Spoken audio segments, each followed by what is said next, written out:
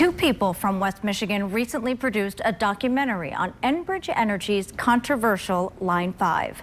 The pipeline runs from Wisconsin through Michigan and then into Canada. It crosses pristine rivers, wetlands, and lakes, including that 5-mile section through Lake Michigan.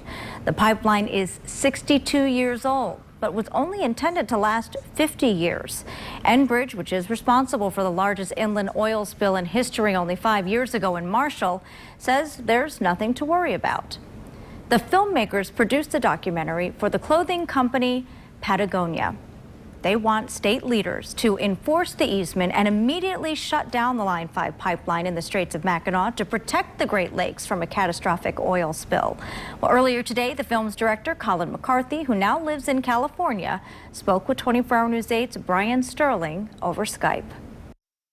From where we kind of started with this film, this is a really rare opportunity where the section of pipeline that goes under the Straits of Mackinac is actually the only piece of pipeline in the country that is governed by a state even, right? And so this is kind of the only opportunity that the people, in the community actually have to say, we don't want it here, and we can make that decision from a state level versus a federal level, which kind of just made it an exciting opportunity to make a change and to potentially prevent, a disaster in the Great Lakes.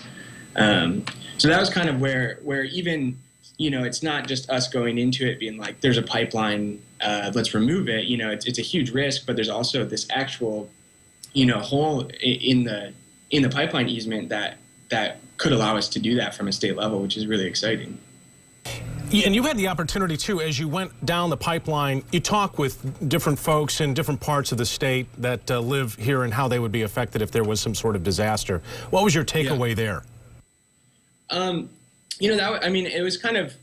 was really interesting to actually take that trip and meet those people and just see how connected to that place they are, and how devastating it would be for not only their life, their livelihoods. We stayed with a couple that live on a river that would totally be devastated, that's their day to day, but also from a commercial end.